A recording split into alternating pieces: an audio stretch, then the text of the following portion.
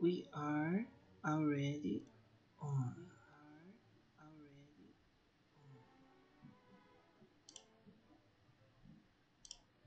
online. This is my first stream ever. I am very excited and it's something that I've been planning a long time ago. It's really joyful to me making these live streams where we will be reading Plato's book Protagoras. I guess that's how it's pronounced.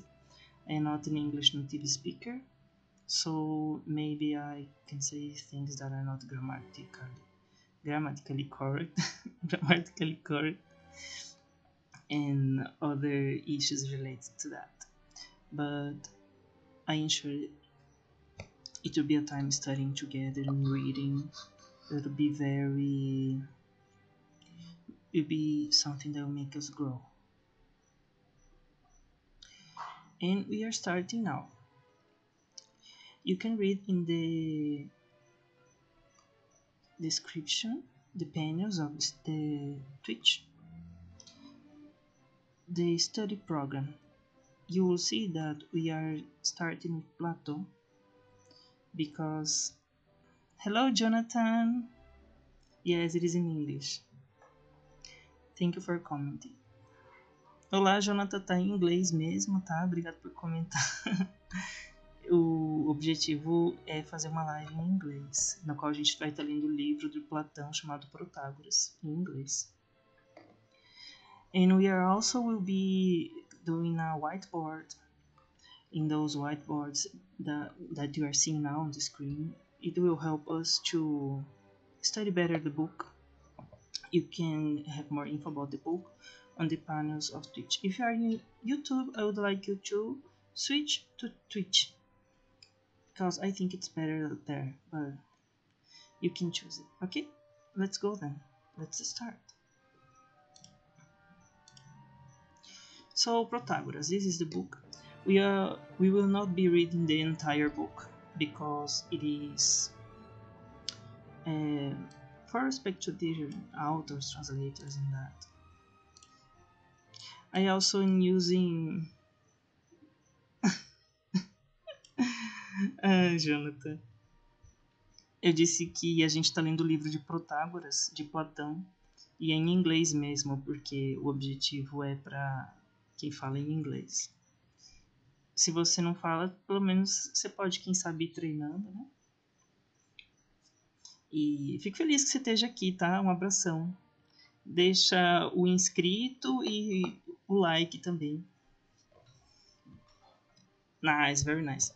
So we are starting now. I put some Baroque music from Haydn, but I'm not sure if I'm liking it.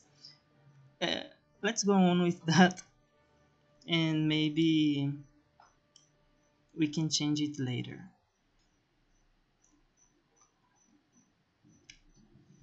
Let's dive in. So, Protagoras. This is the first chapter, and the book has those notes in the start of each chapter, and for me it's like spoilers, so I don't like to read them. But this one is very short. Introductory conversation. Já fez os dois o que, Jonathan? Ah, o like e o inscrito, né? Beleza, então. Depois vou criar um negócio para assinar, tá? Que daí você paga com dinheiro, você pode também assinar, se for do seu, do seu interesse. Introductory conversation between Socrates and an unnamed friend. So it's like it's a dialogue, and it's like acting. Is a theater, a piece of work of art. Okay, so this friend, it says, "Hello, Socrates. What have you been doing?" No need to ask. You've been chasing around after that handsome young fellow Alcibiades. O que acabou de acontecer? Eu vi que aconteceu alguma coisa, eu não vi o que era. Minha captura de áudio deve estar em cima. Nossa, que ódio. What's that sound? Not sure. Ok. Ah, gente, acho que agora que tá aparecendo. Nossa, misericórdia. Pronto. Sorry, it's my first time, so please be patient.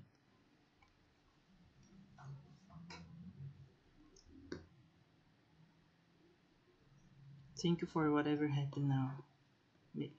I'm sure it's a good thing. Surely it is.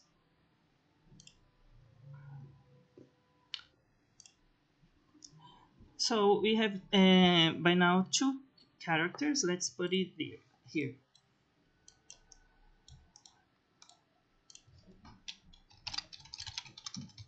Our characters. By now we have someone called unnamed friend.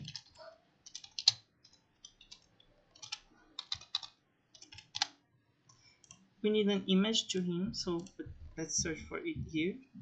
And Mysterious friend.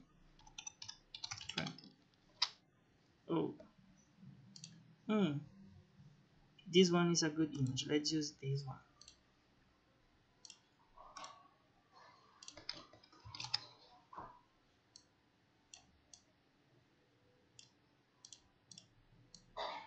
Okay, and we have Socrates.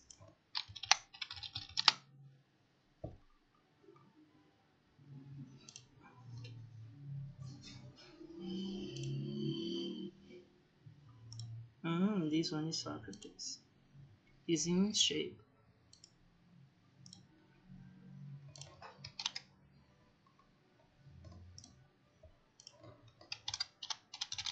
Socrates.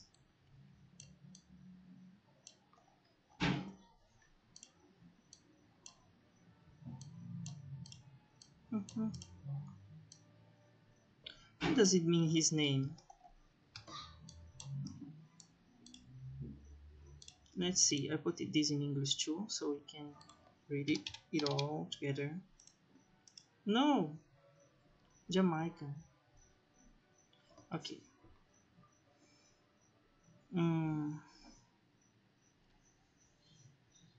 It doesn't say the meaning of his name.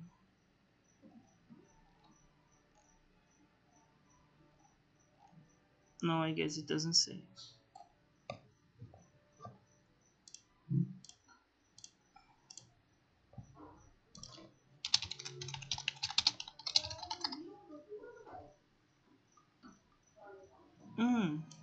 Here it is. His name means whole, unwounded, safe. Something like power from Kratos. Kratos is power, right? Yes, it is. Let's go. So it means power. I put it here. I like those onomastics, studying English names.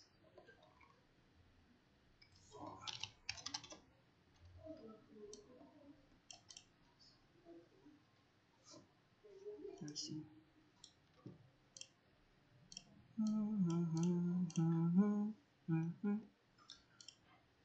Okay, let's go. Again, hello Socrates. We have this friend, this unnamed friend, saying, hello Socrates, what have you been doing? No need to ask. Oh, he makes the answer and the question and the answer. No need to ask, you've been chasing around after that handsome young fellow Alcibiades. What does that mean? Here we have a note. And so it's a handsome young fellow. Yeah. So this is the same book, but in the explanatory notes, we can read about the note 309a. Alcibiades. It is clear that the charge of corrupting the young man, which was one of the accusations on which Socrates was put to death. I read the book called The Apology of Socrates. I've already read that, and I remember that they say that Socrates was corrupting the young men, the youth, based on things like teaching them not to respect the Athenian gods and things like that. So it says the accusation was based at least partly on his supposed responsibility for the subsequent political careers of some of his young associates, notably Alcibiades and Critias. Okay, the political careers of his young associates. So, what's the political career of Alcibiades and Critias? Here again, we have biographical notes. Maybe we should see that. Where is it? Biographical notes. Here. Let's search for here Alcibiades. So he's Athenian, born in Athens. He rose to political prominence at an early age. Was he a politician? And was one of the leaders of the policy of ambitious imperialism which led to the disastrous Sicilian expedition of 415. These were before Christ, right? Of which he has appointed. Oh, hello, Kanka! Thank you for being a member now. Como é que você tá, Kanka? Obrigado pela inscrição. Obrigado por se inscrever. Muito feliz de ter você aqui. A gente está lendo o livro Protágoras, de Platão. Se você entende inglês, fica à vontade para ler com a gente.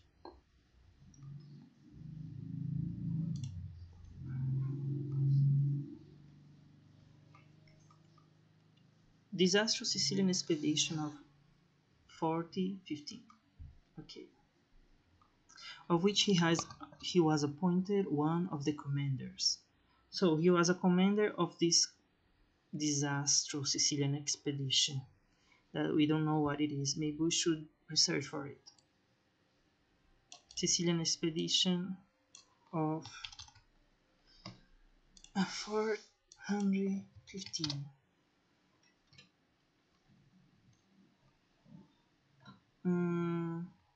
I would like to see a video because it's more easy. Yes, let's do that.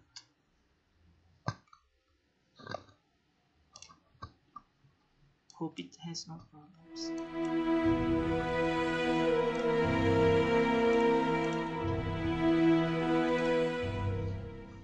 The city-states of Athens and Sparta had been at peace since the end of the Peloponnesian War in 421 BCE with the signing of the Peace of Nicias. However, the terms of the treaty were not fully implemented, resulting in a tense and fragile peace between the two powerful city-states that could shatter at any time. Control of Athens' foreign policy remained divided between a... Okay. So, if I well remember, the Peloponnesian War was a war between the Athenians and the Spartans. Athenian was a sea force, a marine force, and Sparta was a terrestrial force.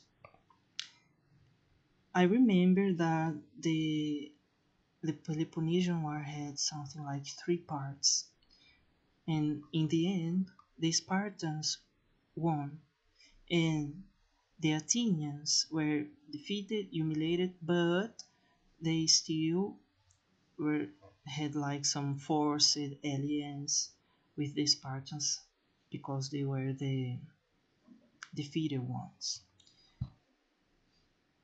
And okay, just for contextualizing, so we can see and understand a bit more about this expedition to Sicily. I will go from the start, okay?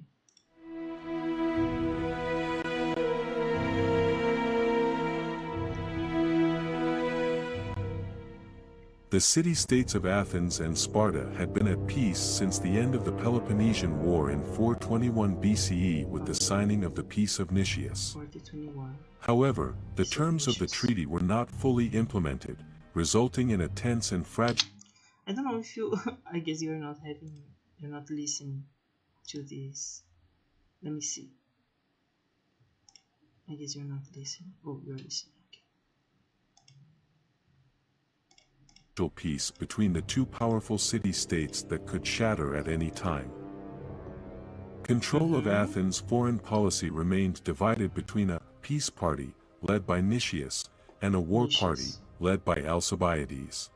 Okay, after the war, they had two parties. This one was made with artificial intelligence.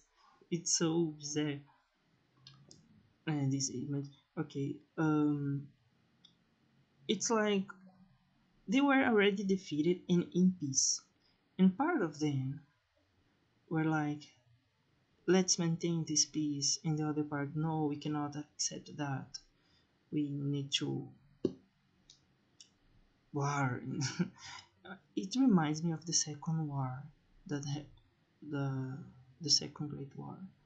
Because if I well remember, the Germans were defeated in the first one. So that's why they rose the second one. Both are admired leaders within their respective constituencies. You tell me, please. On this day, they are to stand in front of the assembly and speak directly to the citizens of Athens. It is the year 415 BCE, and the assembly of the Athenian people has gathered on the hill overlooking the city of Athens. Okay. The assembly is made up of citizens who have come together to discuss and vote on important decisions affecting the city-state. On that fateful day, they had an important decision to make. The war party's main objective for the proposed Sicilian expedition was to attack the city of Syracuse, which was a key ally of Sparta, Athens' main enemy in the war. They hoped that by capturing Syracuse, they would be able to weaken Sparta's position in the war and perhaps even end the conflict on favorable terms. So when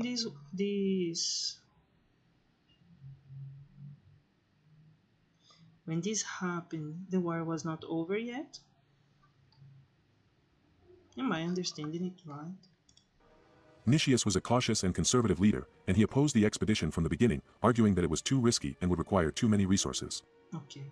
Now, Nicias stands on the speaker's platform addressing the crowd. Athenians, I beg you to listen to me carefully and to consider my words with the utmost gravity. The decision we make today will determine the fate of our city and our empire. I implore you to think carefully before committing to the Sicilian expedition. I do not underestimate the temptation of conquest and glory, but I urge you to consider the consequences of failure. If we are not successful in Sicily, we will not only have wasted our resources and lives, but we will have weakened our position at home and abroad. Is it worth the risk? I implore you, do not let pride and ambition cloud your judgment. But I don't know, it's like when you tell someone, oh, I will do such and such, and people say, you know what, if you fail? What if you fail? But what if I do not fail?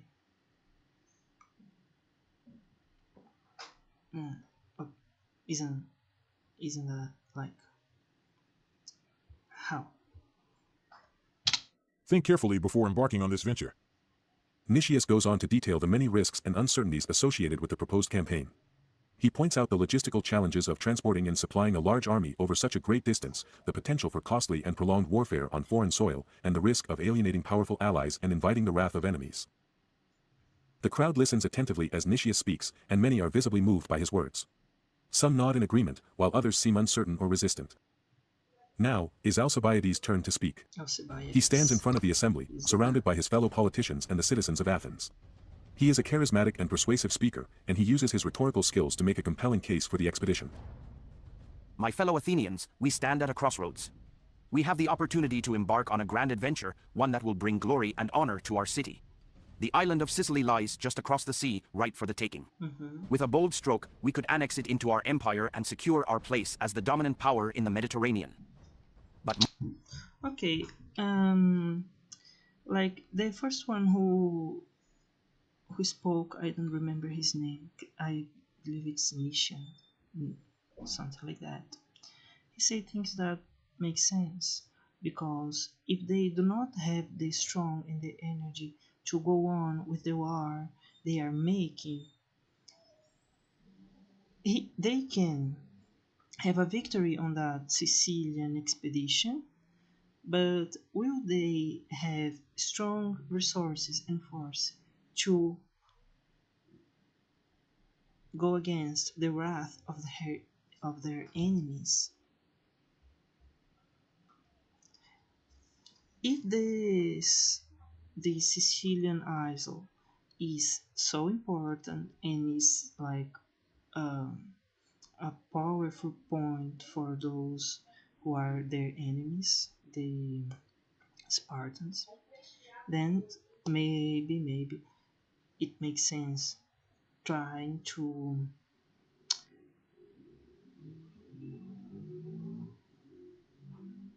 take that place. More than that, this expedition presents a chance for us to prove our mettle as a people. It will test our strength, our bravery, and our resolve. And I have no doubt that we will emerge from this test victorious. So let us embrace this opportunity with open arms. Let us take up our swords and shields and march forth into the unknown. Together, we can conquer Sicily and secure our place in history. Okay. As Alcibiades speaks, the assembly listens intently, hanging on his every word. Some nod in agreement, while others... I have realized that this video is made with AI, so I'm not trusting it like 100%. But let's go on. Look skeptical. But all are moved by Alcibiades' passion and conviction. In the end, the assembly votes in favor of the Sicilian expedition, and the Athenians set out on their grand adventure. Despite Nicias' reservations, he is overruled by the assembly and was eventually persuaded to participate in the expedition, and he played a key role in its planning and execution.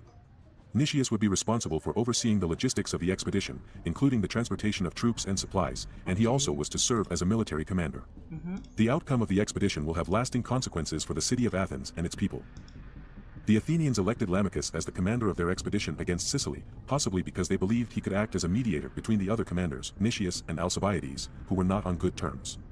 From the start, the expedition seemed doomed. When the Athenian armada arrived on Sicily, some allies began to question the large number of ships the Athenians had sent. Lamachus proposed attacking Syracuse immediately, while Nicias suggested supporting the allies and returning home before their display of strength caused diplomatic issues. Alcibiades suggested finding more allies, establishing a supply base, and then attacking Syracuse. In the end, Lamachus sided with Alcibiades and the Athenians established a supply base in Catana, north of Syracuse. This meant that the element of surprise was lost. Shortly afterward, Alcibiades was recalled back to Athens in order to respond to a charge of sacrilege that had taken place before him leaving the expedition. Now, there were only two commanders in charge, who did not agree with the current strategy. In the spring of 414, the Athenians laid siege to a prepared Syracuse, led by Hermocrates. The city had built a new wall on the north side, making it difficult to attack from that direction. The Athenians therefore attacked from the northwest, landing at Leon and gaining access to the plateau at Euryelus. They constructed a large fortress called the Circle on the plateau. The Athenians knew they needed to cut off the Syracusans in order to starve them out, so they began building a wall across the Epipolae plateau, with one wall leading to Trogelus in the north and another leading to the great harbor in the south. The Syracusans responded by digging a trench and constructing a palisade through the marshy area to the west in order to retain control of a road to the inland of Sicily. Lamachus, leading an elite regiment of Athenian soldiers, destroyed the palisade, but was killed in the process. Nicias, who was now ill, took charge of the expeditionary force but was unable to bring the siege to a successful conclusion. Sparta played a decisive role in the defense of Syracuse during the Athenian invasion. They sent an experienced general named Gylippus to the rescue of their ally. Gylippus was a skilled and experienced commander, and he quickly took control of the defense of Syracuse. This part is like a bit boring, but I really want to understand what was the Sicilian expedition. He was able to rally the Syracusans, and with the help of other Greek city-states, he was able to mount a successful counterattack against the Athenians. Gylippus was able to use his knowledge of the Athenian tactics and his own strategy to defeat them in several engagements, and slowly but surely he was able to push the Athenians back. He was able to cut off their supplies and to make them suffer from disease and starvation. Nicias sat in his tent, staring blankly at the map of Sicily, spread out before him. The campaign had not gone as planned. They had underestimated the strength and determination of the city of Syracuse, and now they were on the brink of defeat. He thought back to the days before they set out on this expedition. The Athenian assembly had been eager to launch an attack on Sicily, convinced it would be an easy victory. But Nicias had been hesitant. He had warned them of the dangers, the difficulties they would face, but they had not listened. And now, here they were, stranded on a foreign shore, with their supplies dwindling and their men dying. Nicias couldn't help but feel a sense of despair wash over him. He had been a proud general, a respected leader, but now his reputation was in ruins. Okay. He had led his men to their doom, and for that, he could never forgive himself. He knew what he had to do. He called a council of war and proposed that they retreat back to Athens. But his fellow commander, Demosthenes, argued that they should stay and fight. In the end, his proposal was rejected. Nicias remembered the last battle clearly. The sound of the trumpets, the clash of swords, the cries of the wounded. It was a massacre. They were outnumbered and outmatched. He saw his men fall one by one, and he knew it was only a matter of time before he joined them. When it was over, Nicias was captured by the Syracusans. They brought him before their leader, Dionysios, and he knew his fate was sealed. And as the blade came down, Nicias couldn't help but think of all the things he could have done differently, all the mistakes he had made. And now, as he lay there, on this foreign soil, he could only hope that his death served as a cautionary tale, a reminder that even the greatest of leaders can fall. Sparta's leadership and the military acumen of their general there played a major role in the eventual defeat of the Athenians in Sicily. His success in Sicily was a significant victory for the Spartans and their allies, and it dealt a major blow to the power and prestige of Athens. Okay, that's it. So now we know what's the Sicilian expedition. they were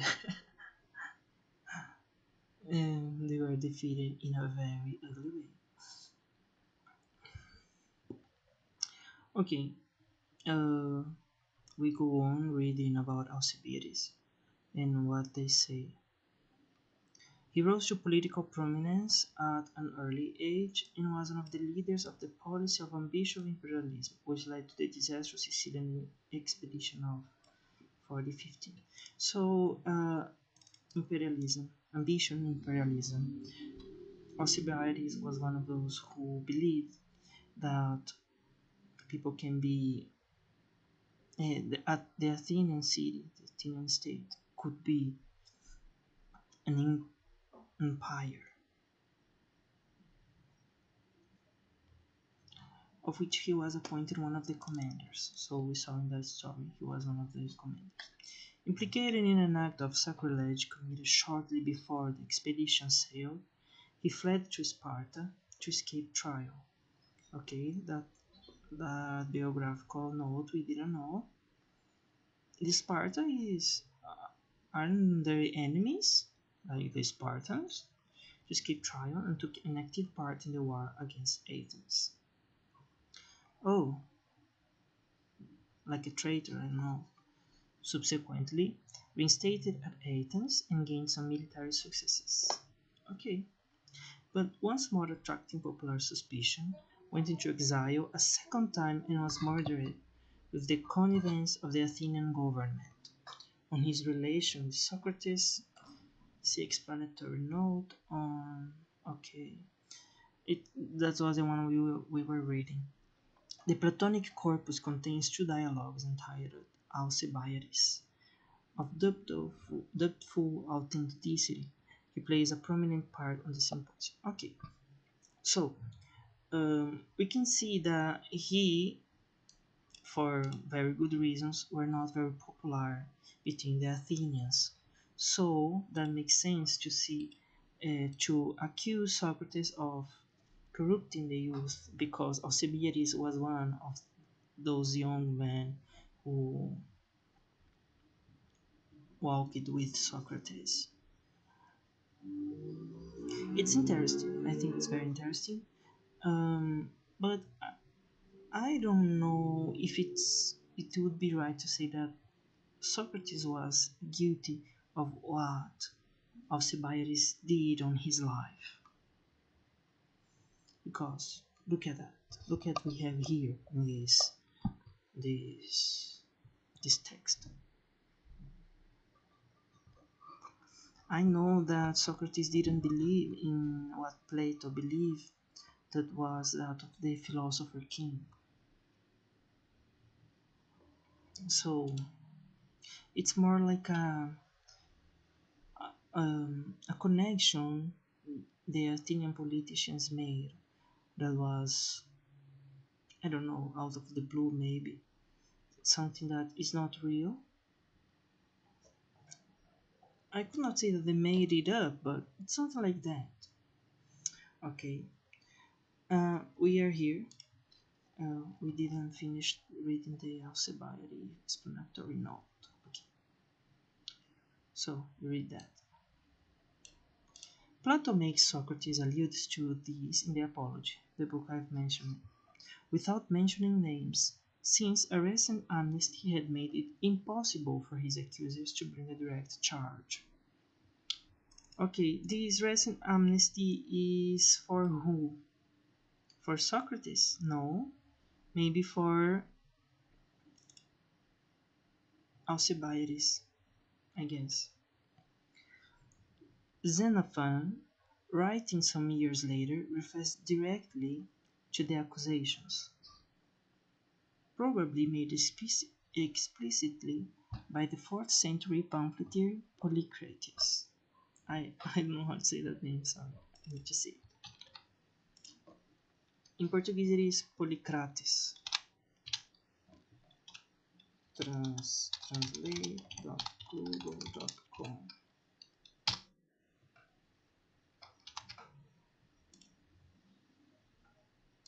Polycrates. Polycrates. So maybe I was saying Socrates wrong too. Socrates. Socrates. Okay.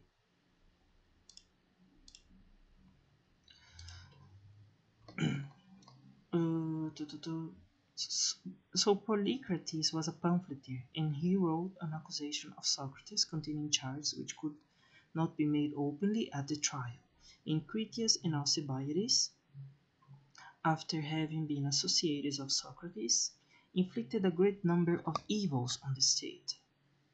Okay, so it's an association, nothing more. But they were like, so this man, Alcibiades, like this young man, he was 17, I guess. Here, Alcibiades, about 17. He bring too much destruction, pain, and contaminate the mind of people with some things that we don't like. And who is his tutor, his professor? It is Socrates. That was the association, I guess. Inflicted a great number of evils on the state, as said by Xenophon. So we have the second part that says, Socrates is regularly represented by Plato as being physically and emotionally attracted to young men of fine appearance and intelligence. Okay, so in our modern terminology, maybe we could say that Socrates was gay. I don't know. Let's go on reading. The most striking and explicit description of his feeling is given in the first person at Charmides, but other references abound. There is no reason to doubt Plato's explicit statements, nor his equally explicit testimony that Socrates gave his feeling no physical expression. Okay, Socrates gave his feeling no physical expression. So it's like more desire, I guess, more than a practical thing. But rather sought to promote the moral and intellectual development of the young man who attracted him. Oh, that's very noble of him, I think, because when we are attracted to someone, we like tend to see them as an object, something, and not somebody. You know, it we usually we don't mind if they are well, how's their life. That's not important, and that doesn't matter. But we can see that Socrates, he contained himself. Like we are, I'm saying that by what's right in here, okay? And he contained himself, and he were like, I will try to show some love, like, and he made that by promoting the moral and intellectual development. of the young man who attracted him.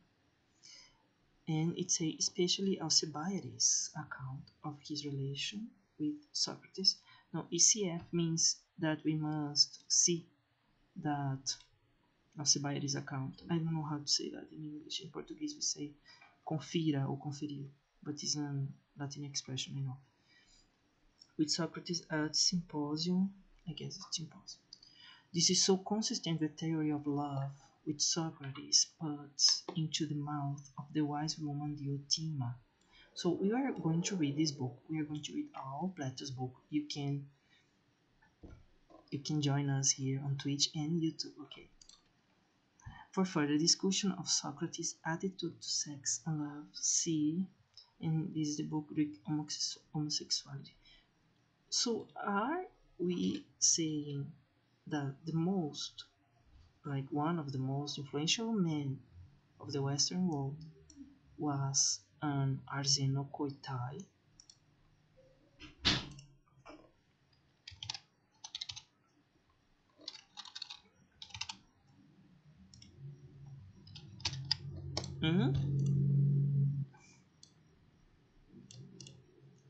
Okay. That's not fair. Like, everything he is when we just puts that, like, a tag on him. That's not cool. I don't like it. But I like that. It's funny, like, it helps us to understand better the book, I guess. So we can go on. So it says, hello Socrates, what have you been doing? No need to ask, you've been chasing around after that handsome young fellow Alcibiades. That makes a lot more sense now. And it's like, this friend, in quotes, like friend, is he mocking? I don't know. Certainly, when I saw him just recently, he struck me as still a fine looking man. Okay, but a man all the same, Socrates, with his beard already coming. Socrates, just between ourselves. All the same, Socrates, just between ourselves, with his beard already coming. Okay, so this, what's this, like, between parentheses? I'm not sure.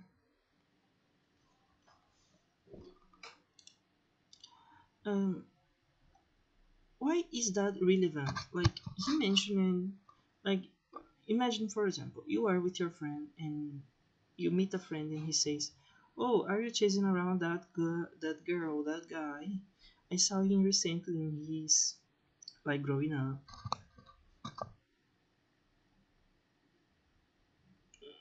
Maybe this friend is just like trying to initiate a conversation. I don't know. Let's see what Socrates answered. Well, what of it? Aren't you an admirer of Homer? He says that the most delightful age is that at which a young man gets his first birth. Just the age Alcibiades is now, in fact. Oh, I like so much to talk with people that quote authors and philosophers. I see Socrates was something like that. I mean, I guess that Homer was like the Bible for them. The Greek poets are like some sacred text for them. They like it a lot. They read it a lot. To quote that is like to quote the Bible. So I am not, but that doesn't mean that people incorporate that to their lives, because I see many people who read the Bible and that doesn't mean they quote the Bible. If you quote something, is because what you read incorporated into you and you are being fed by that and you recall that when you need it. I didn't read Homer. I'm not sure. Does he really say this? That the first birth is the most delightful age? It's like a delightful age for Alcibiades? For him? Or for I don't know, other people, because we are talking about Malakoi and Arsenokoitai. You know what's Arsenokoitai, right? You know what it is, don't you?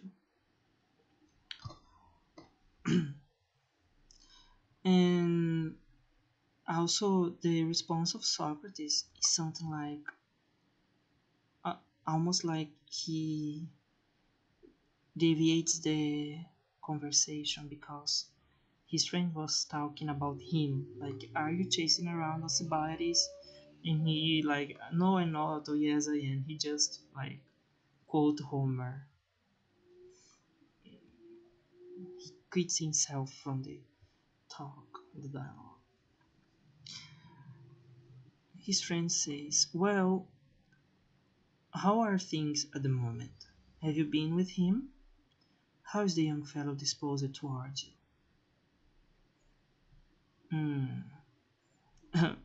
Like, why are you so interested? I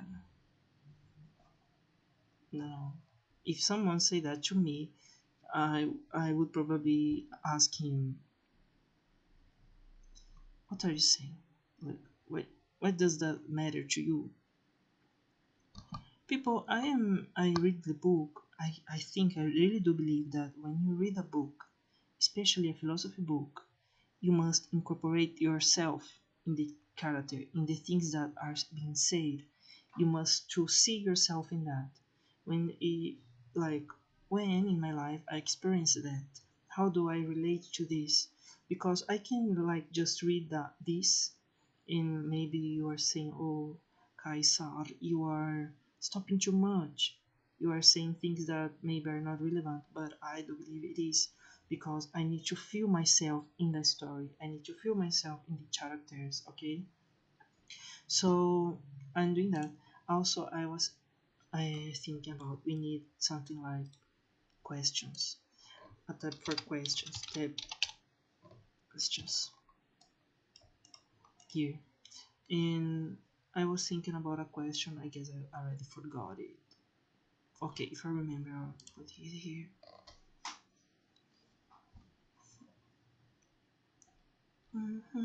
Just a moment.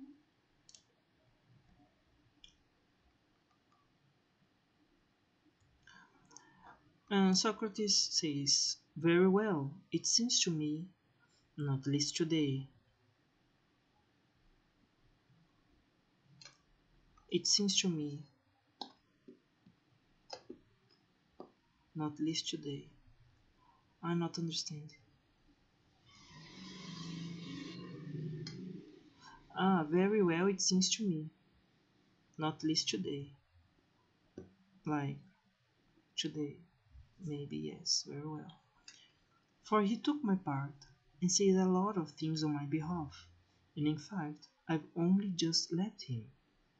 But I've something remarkable to tell you. Though he was there, I didn't take much notice of him, and on a number of occasions I forgot about him altogether. Okay, so he said a lot of things on my behalf. Like for whom? In the political scenario, maybe. I've only just left him. I've only just left him. Okay.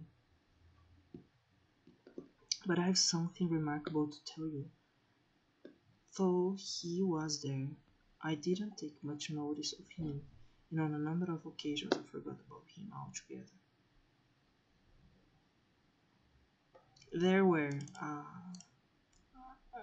I am a bit confused. Let's go. I don't know if I should go on. Okay, let's go on. I can come back here later. Just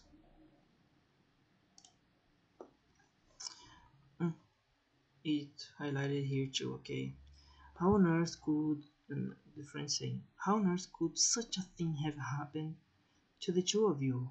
You surely haven't met someone even finer looking, in this city at least. Yes, far finer looking. What? A citizen or a foreigner? A foreigner. Where from? Abdera. And this foreigner struck you as much fine-looking man that he was even finer than the son of Cleinias. The son of Cleinias is maybe Alcibiades, by the context, I guess. Well, surely, my dear fellow, what is wise is always finer. So is Socrates saying that beauty or finery has, as he says here, is like wise? The wisdom is beautiful. Wisdom is beauty. Maybe. You say that I shut off the Haydn music, the Baroque music. I guess it's better without it, don't you think? I'm not sure.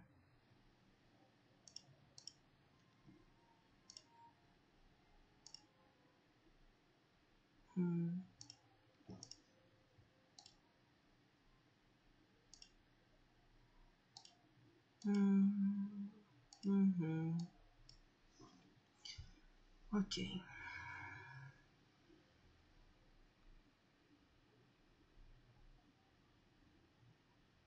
So when he says here in this part that what I highlighted, that he left him, maybe saying something like they are not walking together anymore, because his friend understand that someone even finer looking showed up.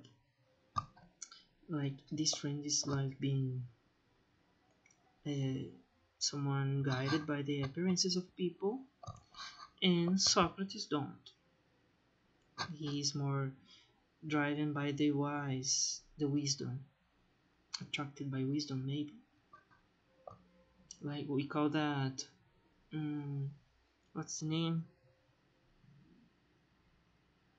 When we are attracted by intelligent people, that has a name. I'm not remembering it.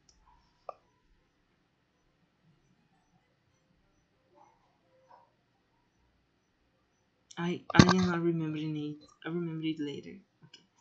It seems to me in Alice today, for he took my part and said a lot of things on my behalf. And in fact, I've only just left him. But I have something remarkable to tell you. Though he was there, I didn't take much notice of him. On a number of occasions, I forgot about him altogether. Oh, so like they were somewhere in a place, I don't know, and maybe Alcibiades yes, he was talking, because we see that he gave speeches in that video. We saw that, and it's like Alcibiades was talking, maybe, but Socrates was not paying attention to him. He was paying attention to this another person. He's another, I don't know, maybe a guy. I have something he was there. I didn't take much notice of him, and on a number of occasions I forgot about him. That's I don't know. It's a bit rude, I guess, saying I forgot someone was there. I don't know, but that happens. Obviously, that happens. And that people is from Abdera. Where is Abdera? Let's see.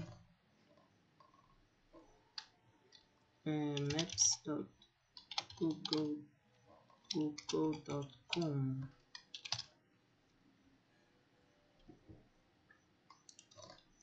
Abdera.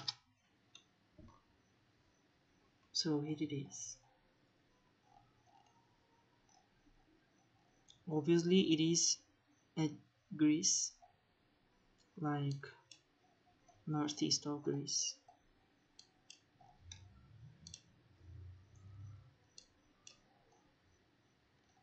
It's a small city, and maybe very ancient one too.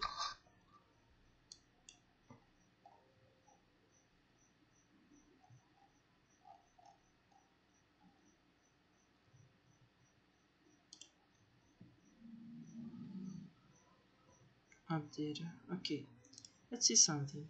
Let's suppose I want to see how far it is from Athens.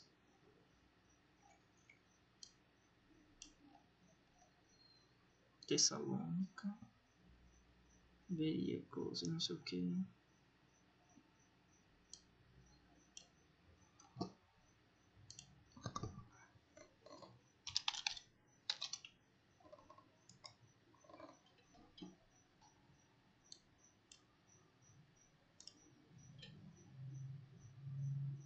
So here it is.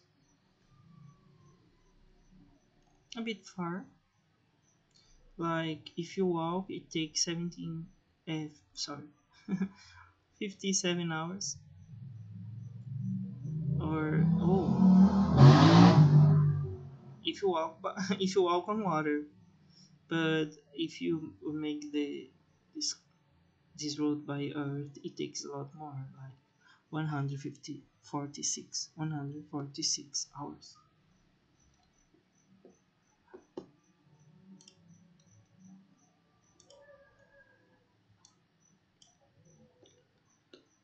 Okay, let's see. What is wisest is always finer. He's questioning. Okay, is a question. And the Socrates dialogue already started. I don't know. Oh, you mean that you've just met some wise men, Socrates? The wisest man alive, I believe. If you agree that the description fits Protagoras. Okay. So Socrates is saying that Protagoras is the wisest man alive?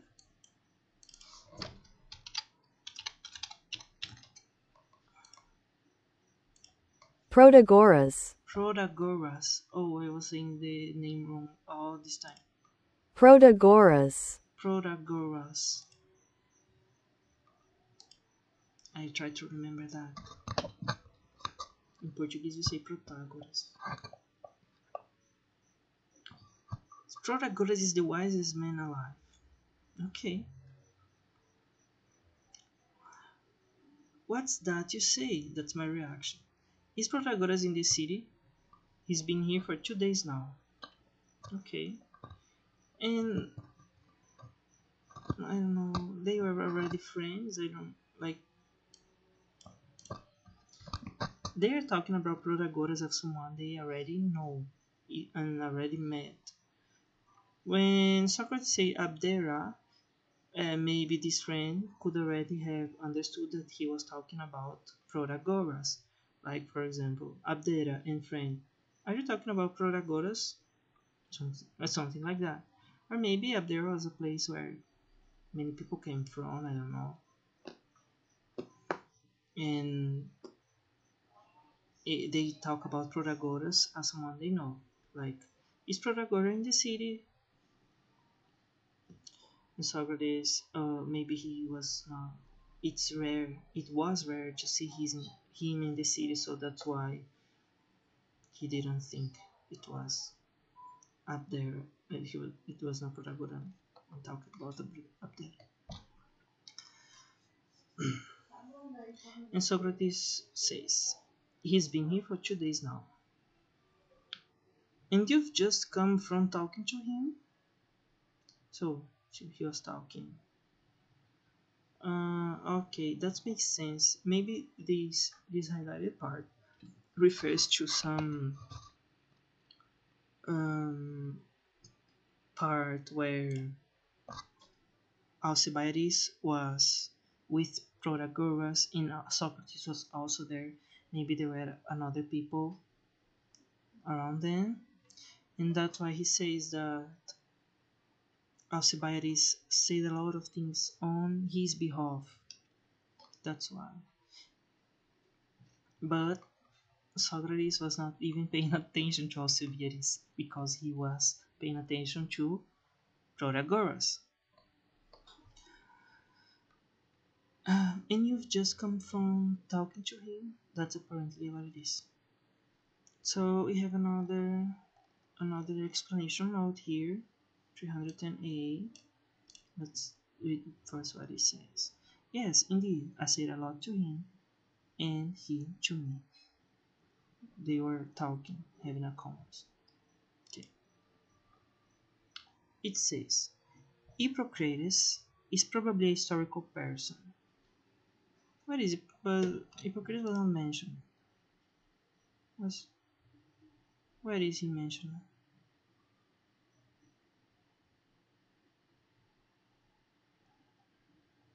Okay, let's read it anyway. Hippocrates is probably a historical person, as are the most of the characters in Plato's dialogue. But nothing is known about him beyond what is said in this dialogue. Okay. Well, if there's nothing else you have to do, why don't you tell us about your conversation? So us, there's not this friend here, maybe a group of people. I know that in the ancient Greece, people use it to gather together and talk. That's where Socrates and Plato and other philosophers uh, have uh, their classroom, let's say. Sit down here and let the slave there get up and make room for you. Oh, that's very, for our times, it's very, um, that's not very human.